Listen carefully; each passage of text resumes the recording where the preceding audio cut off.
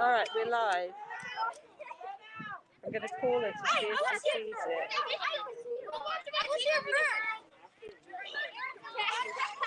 It's quite exciting, huh? Yes, I'm just thinking, are we going to be able to fit everybody 3 feet apart out here? Listeners, you need to spread yourself out on the hill. This is the focal point right here in the center. If you're way over there, that doesn't make sense. Come up here behind this group so that you can actually see what's going on. Okay? Make sure there's at least 3 feet of distance between you and the person sitting next to you. You should not be touching them.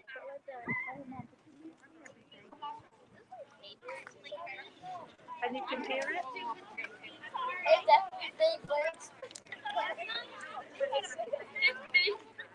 No, they're not. Mr. Cardella, could you say hello to the RLA students? Could you Welcome, RLA students. Did you hear that? Hello? Yes. Okay, heard it? Okay. That's good. All right, I'm going to get off the phone now. Thanks, bye. Good.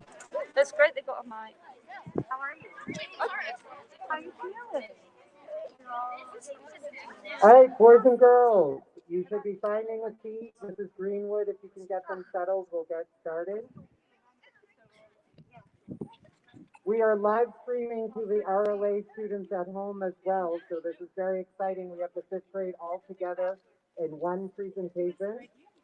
So before we get started, I wanted to introduce the WA Robotics team. We have Thea, if you can just wave, yes, Mohammed, Sakriti, Young, and Thomas. And I'm going to go ahead and hand it over to them, but I just want to remind you that you have to be a really good audience, please, okay? Be respectful.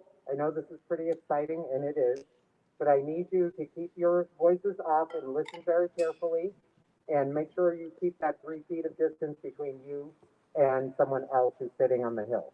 So with that, I'm just going to turn it over. Hi everyone. Hey guys. So today we're going to be showing you our robot, and we are from Westford Academy. Our team name is Ghost Robotics. We are team 3565.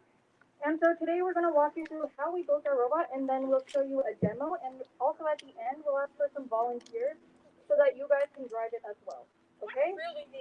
So before we start, I wanted to ask you guys a question. Can you guys think of any examples of robots? Okay. Yes. Metal Man. What did you say? Metal Man. Sure, okay. Bumblebee. How about robots in everyday life that you see maybe around your house? Yes? Right here? Yes. First of all, I love robotics. Like, I've been doing it since I was little. And,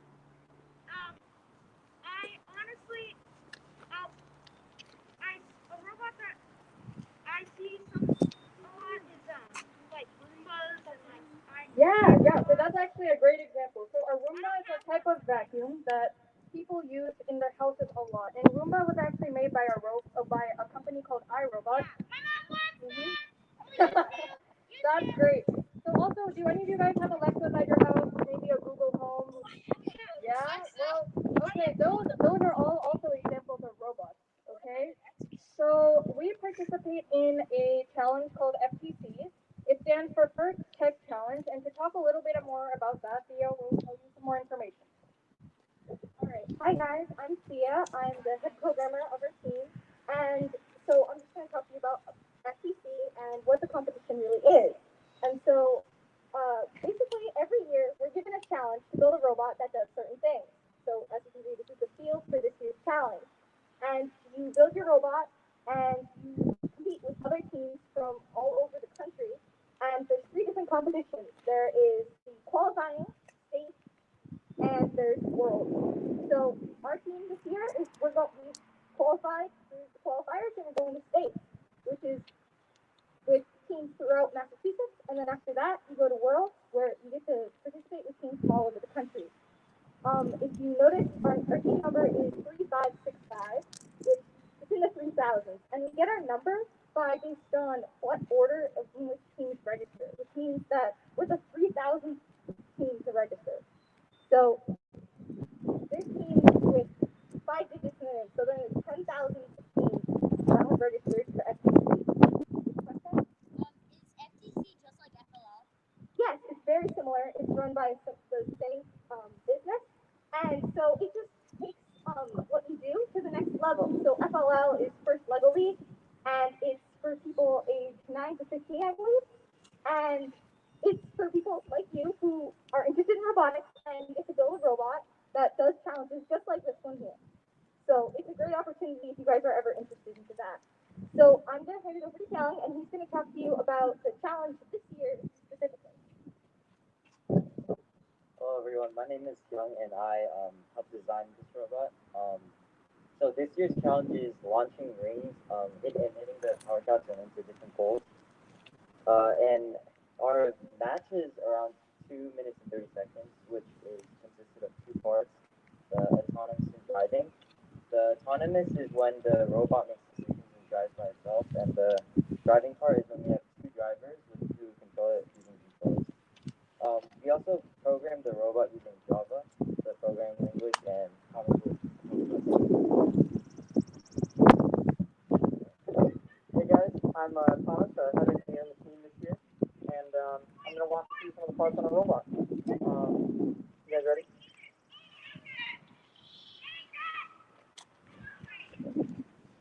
So, our robot uses a special type of wheels called Beckham wheels that allow it to drive in several different directions. So, it can drive forward and backwards, side to side, and it can even rotate. And if you guys want to try going diagonally, you can try. All right. The next part of the robot is our intake, which we use to pick up the rings off the field and fold them into the robot.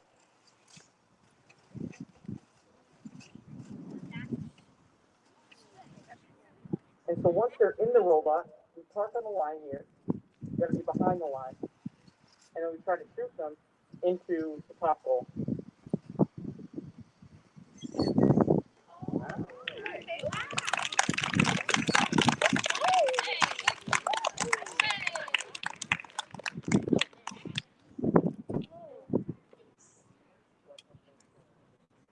And so the final part on our robot is we have a little claw to pick up these 2 goal kits. So the claw is designed to wrap around the pole part of the goal and pick it up.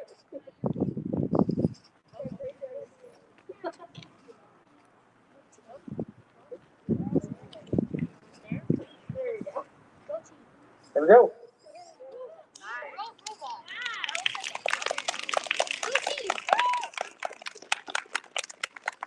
And then once it's in the robot, you can drop it off into different places on the field.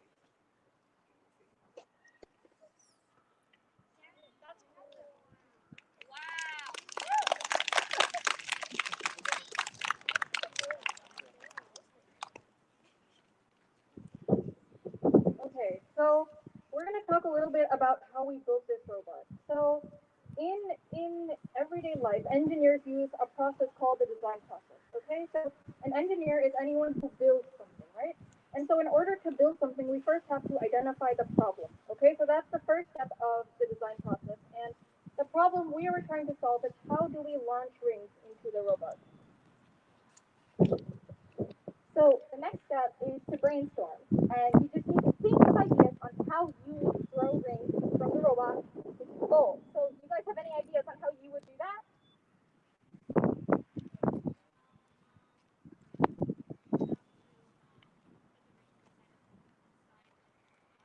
Can you repeat the answers so they can hear? Yeah, so she said you have to put the rings inside the robot. So yeah, that's part of what we considered, like, okay, how do you do this?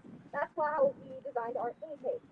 So another one? How I would do it is I would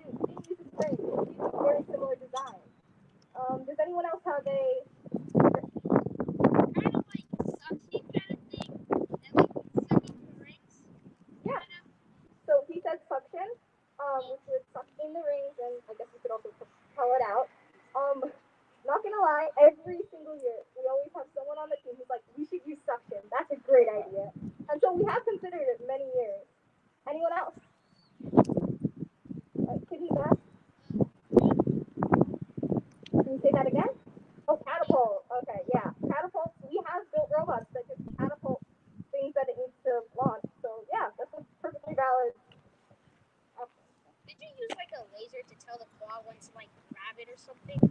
Like use a claw? So we do not use lasers for the claw, but we'll talk about it a bit later. But we do have sensors on our robot that help us figure out where it is on the field. That's And what it last says. thing, It's something to go on with the dart. You can use the laser to show you where you should shoot your rings.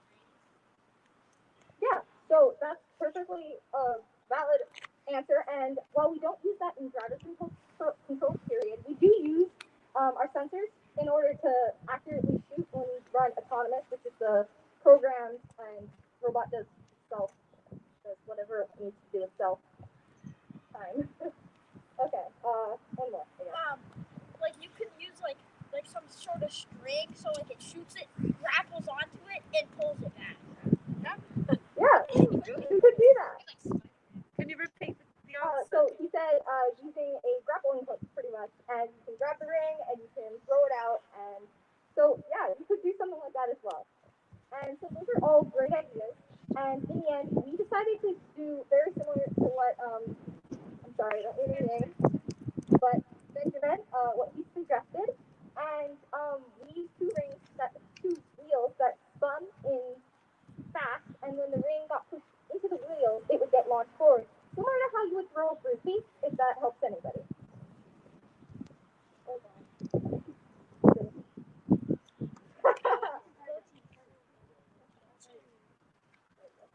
Like so. All right, so the next step to our design process is coming up with a actual design for the robot. So once we have our solution to the problem, we need to figure out how we're going to build it and how we're going to put it onto the robot itself. Um, First step to that is brainstorming different ways that we can build it to get the desired function out of it. So we considered using the two-wheel design which we have now. We considered using a one-wheel design on top of the ring and a one-wheel design on the side of the ring. But when we tested each of those designs, we figured out that our current design was the best. So we use that on our robot.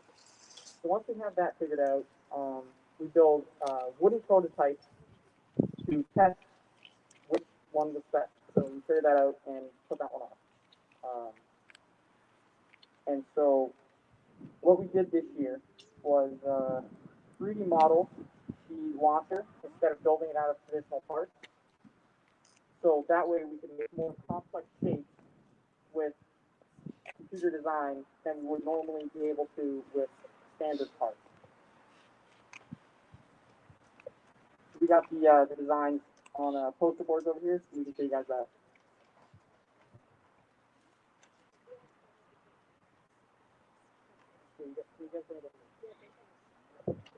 For the camera. Can you show it to the camera as well? Yeah. And, yeah.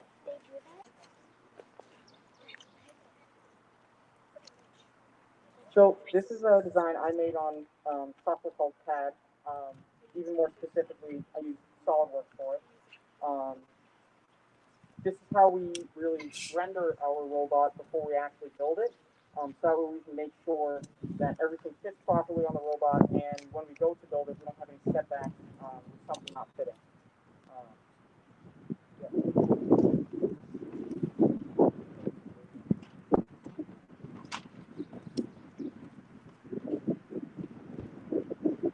It's a little windy, so we're not trying to lose you.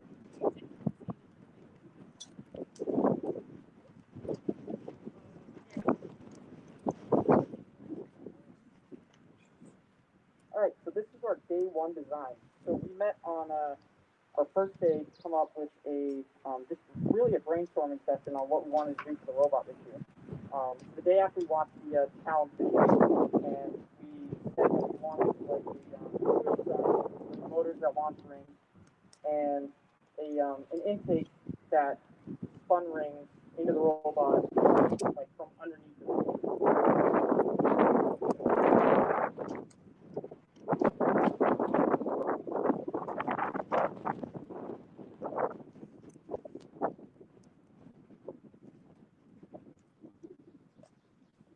then once we got all the parts assembled on the robot, we went through troubleshooting to figure out um, what problems we had with the current parts and improve on the current parts that we assembled on it.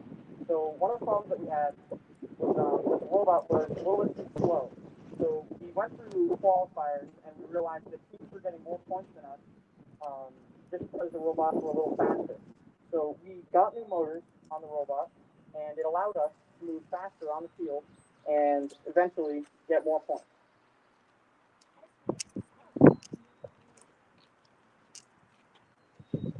Okay, so going back to our example of how do we shoot rings, if um when we were designing our launcher, we decided to just try different power levels and different speeds of the wheels to see which one worked best. And so just from the start, you can see that there's you don't use the right value, and that's okay. So here's an example sometimes where isn't what you wanted, but so as you can see right there, it's only like a foot off the ground. It's too slow so that you aren't successfully knocking down the power shaft. So we tried it later at the last step of the design process, which is to improve and analyze what you've done. So as we've seen, it was too short. So you just go back in a circle through the design process and you get back to problem. Our new problem is that it's too weak. The brain isn't going where we need it to go. So then you move on to brainstorm. How can we get it faster? So our solution, our new design, was to make it faster by spinning the wheels at a higher power. So when we do that, we get closer to the power shaft.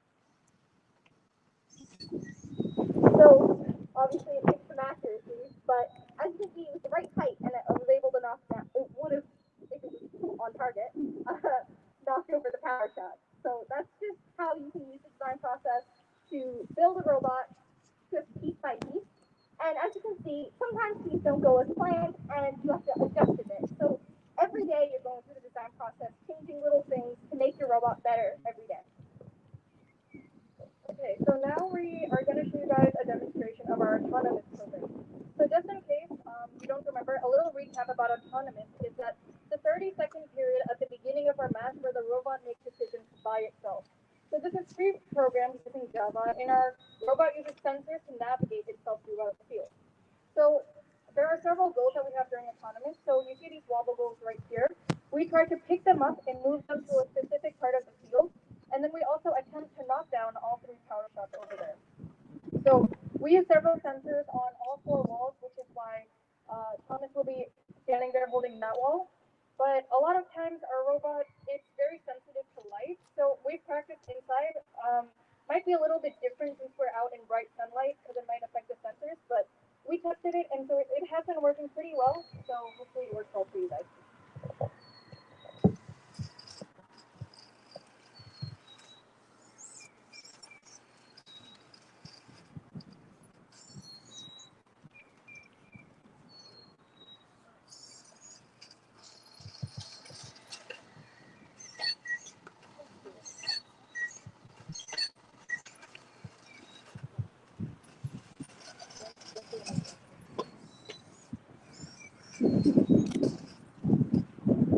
Okay, so as you guys can see, so our autonomous program, it was able to place one bubble over here. Ideally, the second one would also be here, and then it didn't hit any of the power tools. So this also might just be because of wind or like the lighting, but this would get us 15 points.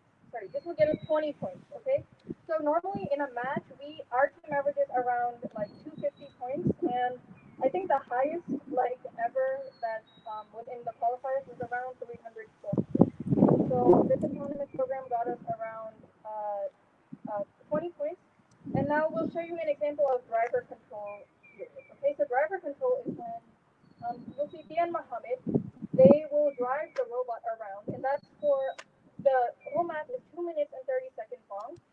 So I'll be timing it using my laptop, and I'll get the program up and running. But you'll see them driving around after the 30-second autonomous period. So we'll run autonomous one more time. You guys will see it again, and then you'll see Tia and Mohammed trying to shoot. Okay. So this will be a little bit more controlled because obviously they're using controllers. And actually, a fun fact about our controllers is that they're Xbox controllers. So that's something nice.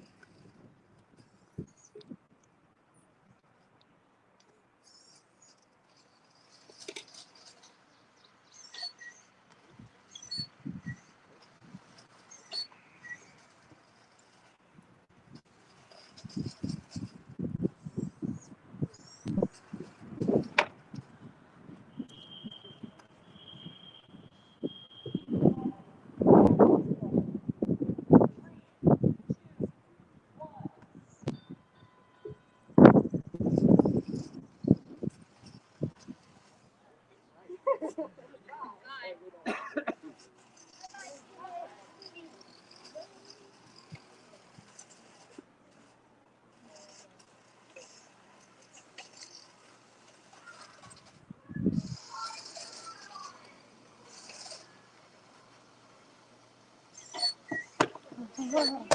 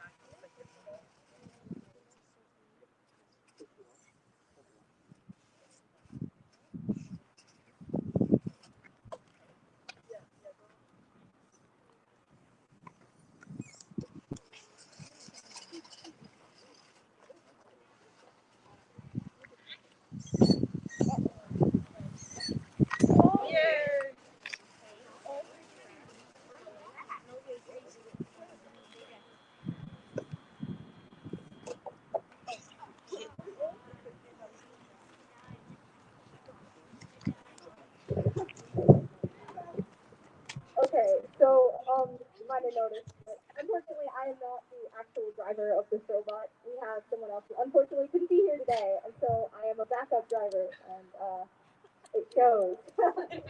But that's typically how Mac should go. You saw that we were able to get maybe two or three rings in. We're not used to the different lighting and the wind, which clearly makes an impact. But that's typically how a Mac would go. In a normal autonomous, you would get about 60 points, and in a teleop, you would get like over 200 typically. So Can I jump in and just say something? Yesterday we did this exact thing. They hit all three, and everything went into place. So Can you use the let's. microphone for the students? Sure, sure. Sorry. Okay. I have to say this, I'm one of the deans at Western Academy, but I was here yesterday with them at Miller, and this entire thing went off, no problem, boom, boom, boom. So we're gonna blame the natural light. You can take a little bit for the driving, but this really works. Just wanted to say that. okay, so we're gonna ask for a few of you guys to volunteer to drive our robot in a few minutes, guys. Okay, so don't raise your hands yet. Okay. If you want to definitely think about it, Thomas here will choose a few of you guys. Um, before we do that, I'm just gonna briefly talk about FLL. So I know one of you did ask about FLL. So yes, you did.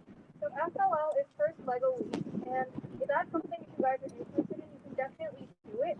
I'm sure they have teams down like up at the middle school, and FLL is you use Lego pieces to make a robot similar to this. So in FLL, there are different levels that you can also advance to and compete in, and eventually you can also make it to worlds where you can compete with kids from all over the country. So if that's something you're interested in, you can definitely talk to one of us about it because we know a lot about FTC and FLL.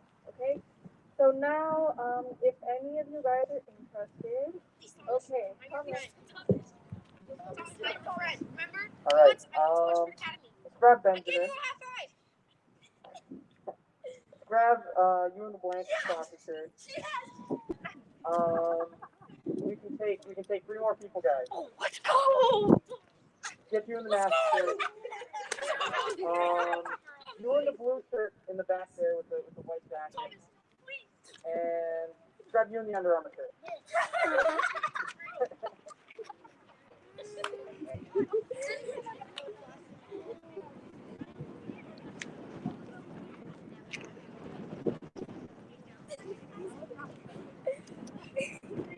We're gonna do it again with 5 new people Yes.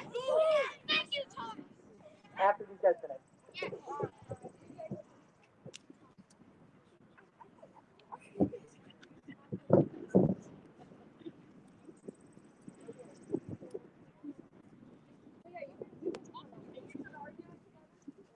One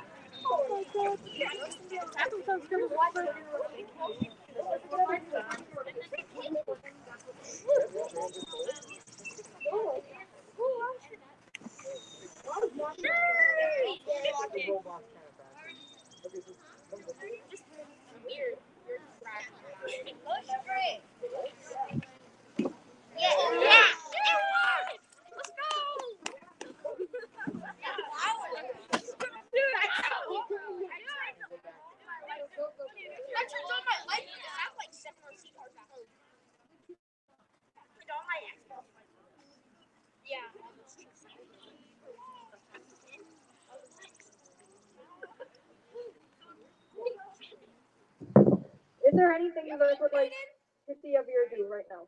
No. I'm gonna call on someone. Okay, you in the blue shirt back there. What do you want to see him do? Yeah. Okay. Power talk. Okay.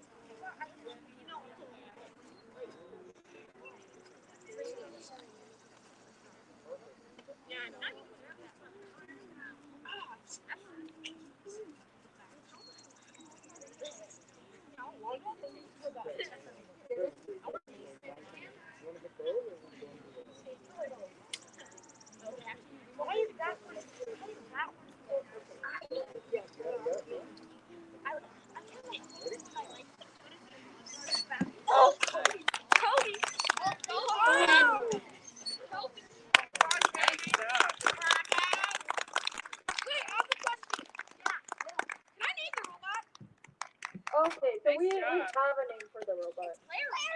Spoiler alert, it's not Larry. No. We like to name some of our parts, and so there's a lead block on our robot. It just helps us even out the weight around the robot, so we named it Larry just so we could refer to it as something. Yeah, yeah, yeah. We'll definitely take more questions at the end, but right. Okay, okay. Our robot's name is Mary. Okay. That's the name of my grandmother. All That's right. the name of the woman who gave birth to Who Jesus. else wants to drive? Let's take you in the gray shirt over there. Let's see. You in the white jacket right there. Yeah. Mhm. Sorry. um, you in the red shirt over there. Um, Remember, no one gave you a half life incentive. grab you in the Kansas City mask,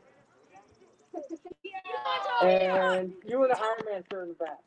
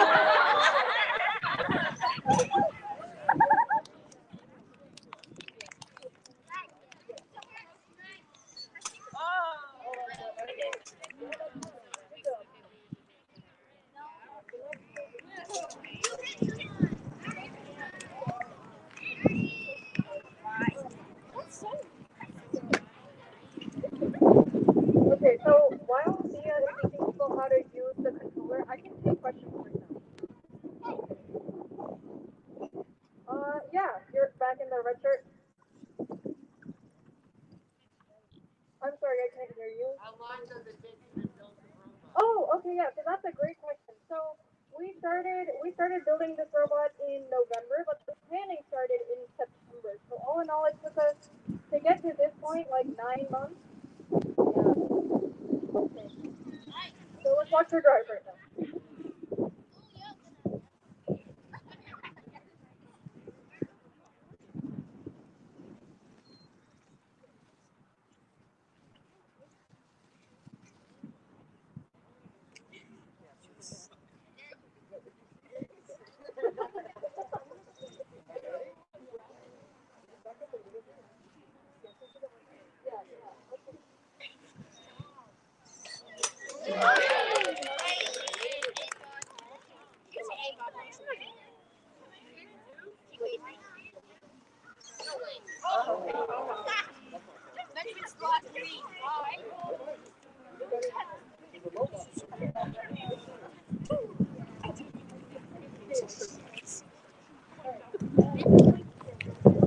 Great. I'm taking more questions. Yeah. You have a NASA shirt? Sweatshirt? Yeah, why'd you name it Mary? Um. Okay, a good question. So usually, in the code, you just like you have to refer to it as something, and I guess we all just decided on the name Mary because it was the only one we all agreed on. I don't know if there's a story. There's a story. All right. So have any of you heard of Mary Poppins? Yes. Yeah, she floats around on an umbrella, I think. Yes.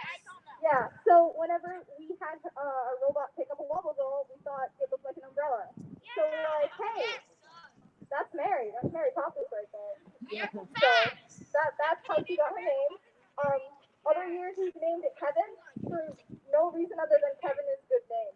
So Kevin's the best name. You it should is a name really it good name, ain't it? Jeffrey. You should name it middle name. This is the first time I'm hearing of the Mary Poppins thing, so that's exciting. Okay. So any other questions? Yeah, back there, your red sweatshirt. Could you say it? How many rings can it hold at one time? Okay, yeah, that's a great question. So it can only hold 3 rings at one time, and that's because that's the amount we're allowed to hold during a competition. So any robot can only hold 3 rings at once.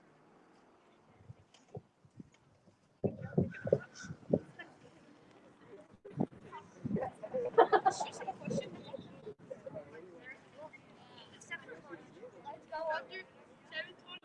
Let's pick it up. Good shot.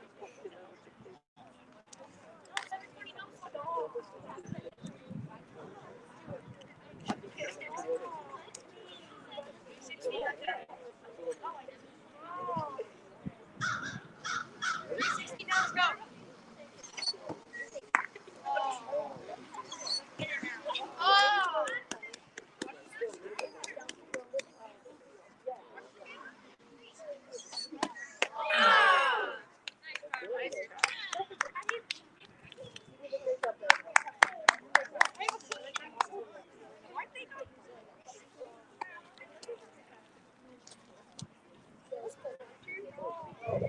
Right, right, yes. Okay. Yeah, blue sweatshirt, right in the front. Yes, yes. So,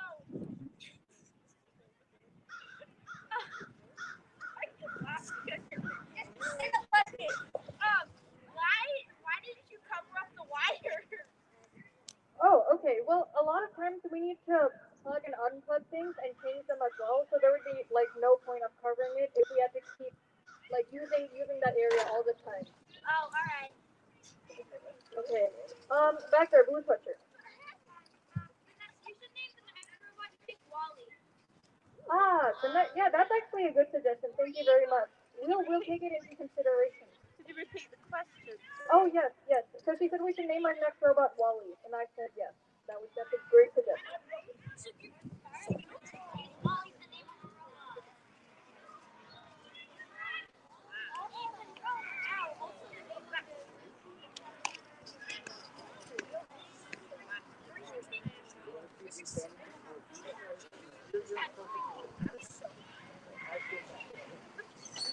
Oh! Might be big bricks. No way. No way. Oh, dear.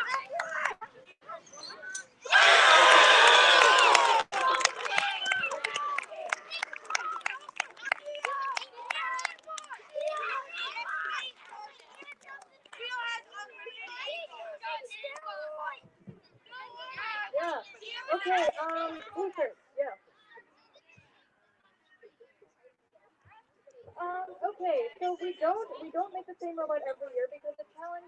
So the question was, do we make the same robot every year? And the answer is no, we don't, because the challenge is different every year. So this year, as you see, we have the 2 rooms. In years in the past, we've had to like build blocks on top of each other, so like stacking blocks and making a tower. One year we had to balance our robot on like a scale. Yeah, no, like a scale. We do different things every year, so we don't use the same robot. However, we do reuse programs a lot because a lot of the driving and stuff is the same. Okay, so we'll watch her drive and then I'll take more questions.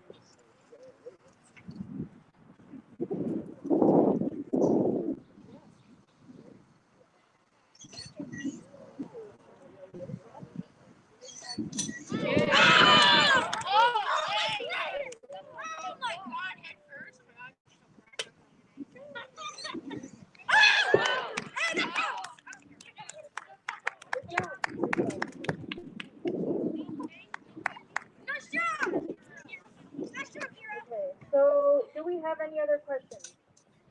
Okay, you know what? I'm gonna let someone else also answer questions. All right. Is it the gray sweater? Yep.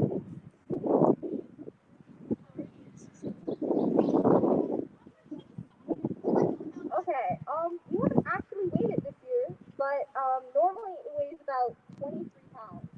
So, as you can see, we added that red block named Larry onto the end, and so that adds weight purposely because we need it to be the weight needs to be distributed across the robot. So some people they'll have to add way more weight than needed.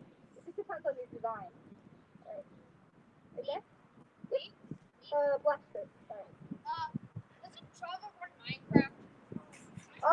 So yeah, so Java is a programming language. Oh yeah. So the question was, isn't doesn't Java run Minecraft, right?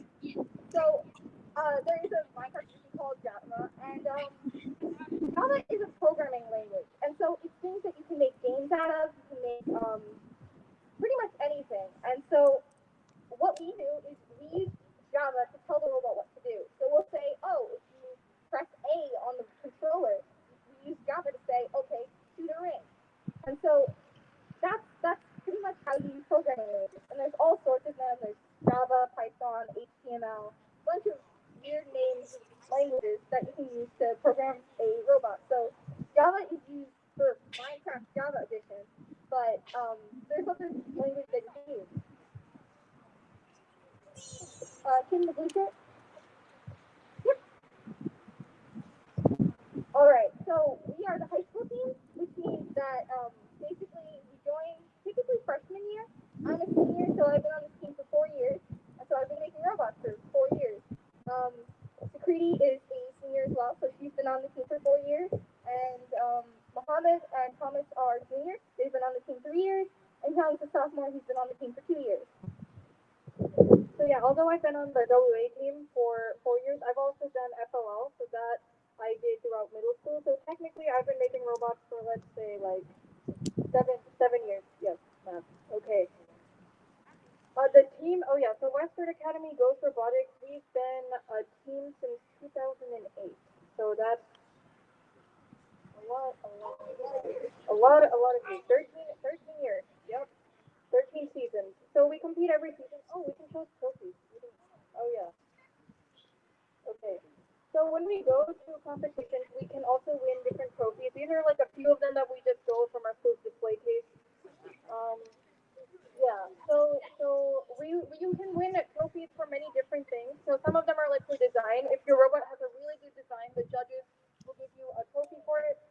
If you have a really good presentation or like you do really good during a match, they give you a trophy for that as well. So we've gotten trophies for different things, but it's something that I'm happy about, and we can actually show it to people. That's good. Um, oh yeah, in the white shirt. Yeah. Yes. When do you get the report? Like, when do you know when you have to, like, what you have to make for it? Yeah. So usually we get our challenge. So FTC. Oh yes. So FTC. The question was when do we get our challenge? Okay, and FTC usually gets our challenge by the summertime, and so or like September. Usually they post a video online. So the video outlines what needs to be done by our robot, and then we have up till December to build it, and then starting from December we have qualifiers, and at these qualifiers that's when they allow us. Like if we do well, we can go on to the state level. So our state, I think Tia mentioned it. Our state level competition is next week, so we hope to do well in those. This year it's remote because of COVID, but usually we've gone to other schools to do it. I'm trying to look. Is there anyone who I haven't asked yet? Okay, yeah. Blue sweatshirt over there. So if it's remote, can you just like I'm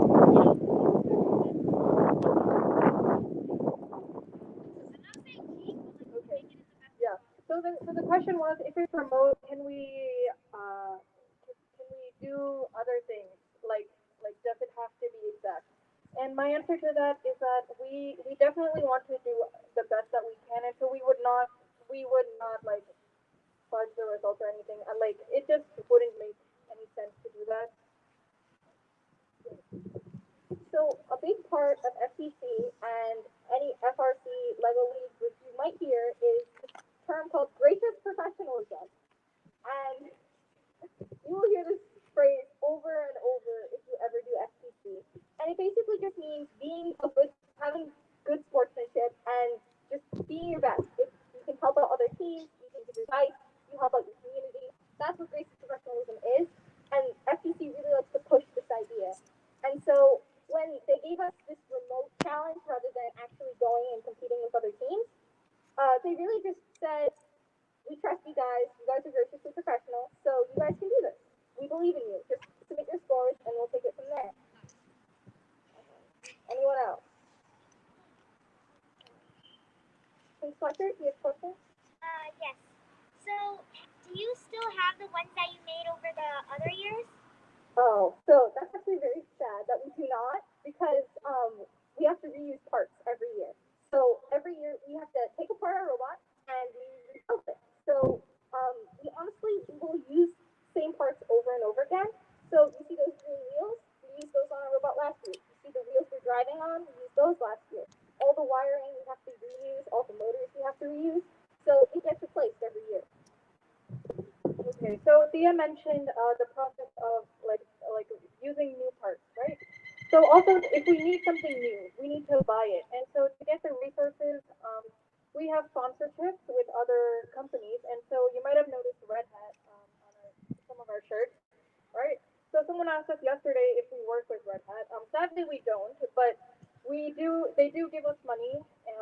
They have been for the past 4 years, and so we're very grateful to them. And this year we've had a few other sponsorships as well, and usually those companies are help us to get the parts that we need for this year. So, for example, some new things we bought this year were new motors. We got new batteries, new sensors for our robots. So those are all really helpful. Okay, we can take maybe like three more questions and then yeah, yeah. So if people have already asked a question, could you please put your hand down? Okay, so brown shirt in the back. Yes.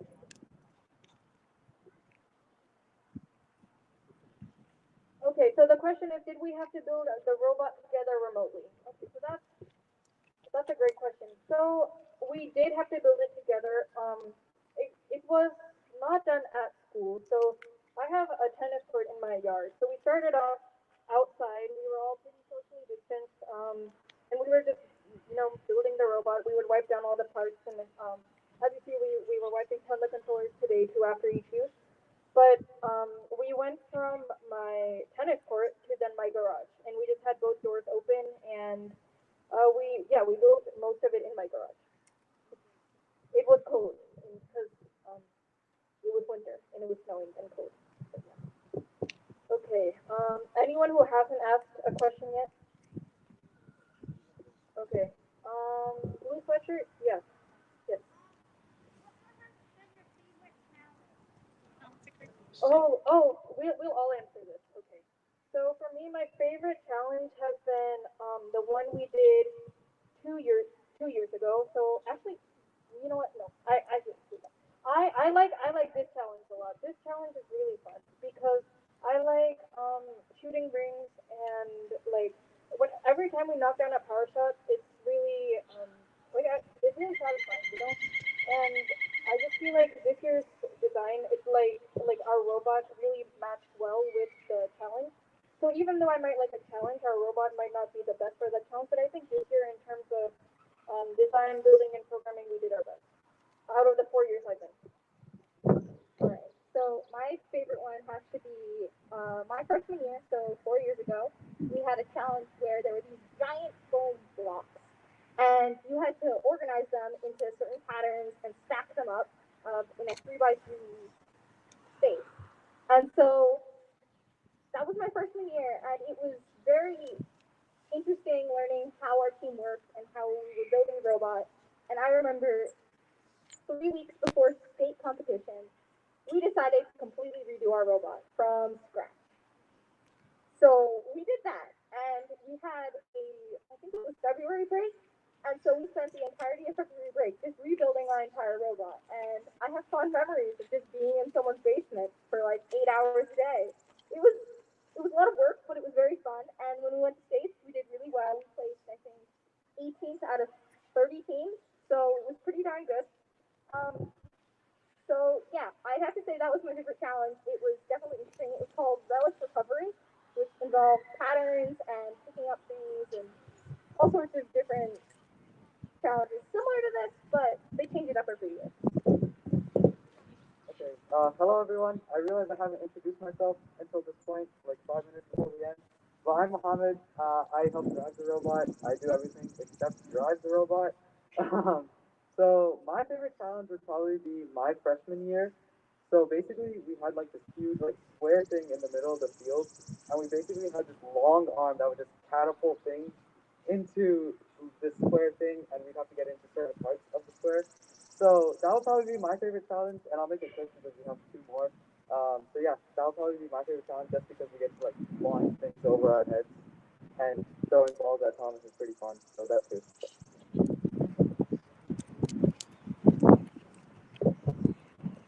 All right, so I guess this year has been my favorite challenge. FTC's never really done shooting mechanics before, so doing something differently like this, it's been really fun and it's a really great challenge, um, especially to design and figure out how to pick up something as weird as a ring and like a wobble goal, like such a weird shape. Um, yeah, So I would have to say this is my favorite challenge too, because I really like the aspect of launching the ring into the goal or the power shot in a SC. That I think it's like really satisfying to hit a power shot. okay, so we can take probably like one more question. I've seen you in the gray hoodie asking a lot, so I'll go with you.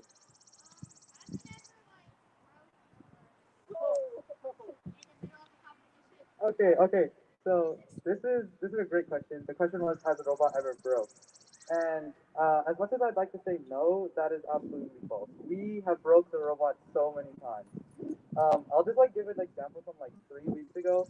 We were in the middle of like driving our robot, and then two of our wheels came off. So we have broken the robot a lot, and it all comes back down to the design process at the end of the day. Because at the end of the day, we're constantly encountering problems throughout the year and throughout the day even. So we have to come up with a solution. How are we going to fix it, and how are we going to stop the problem from re-emerging? So we've broken the robot a lot.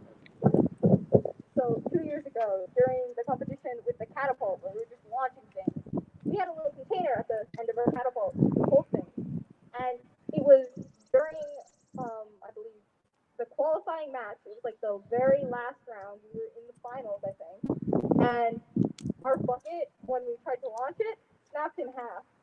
And that was not good because we couldn't do anything. And so our partner team, because in a normal year you'll partner up with another team and you'll have two robots or four robots on the field at once. And our partner team just whipped out some duct tape and we just duct taped it back on. And so we did pretty well. We ended up being the finalist alliance, I think.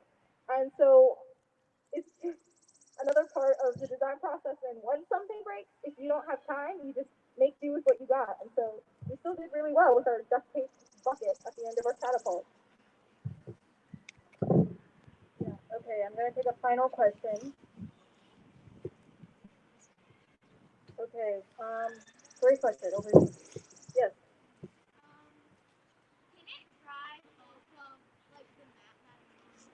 Okay. So to answer that question, like technically, it.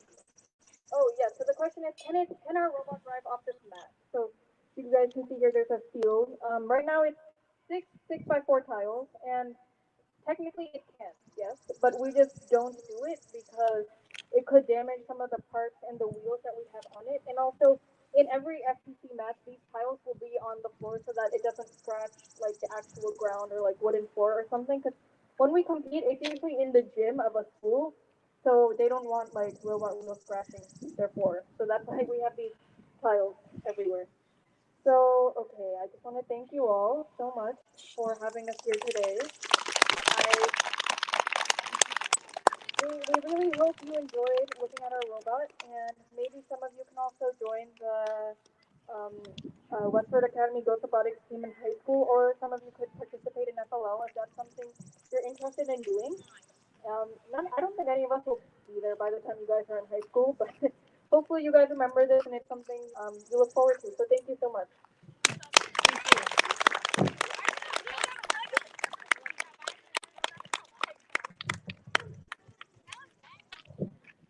Yeah, if you have any more questions, like if you have time, you can come up and ask us while we're cleaning up, or you can like email us. I gave the science coordinator my email, so you guys can ask your teachers and they can probably forward it. Yeah, and you can also come up right now if.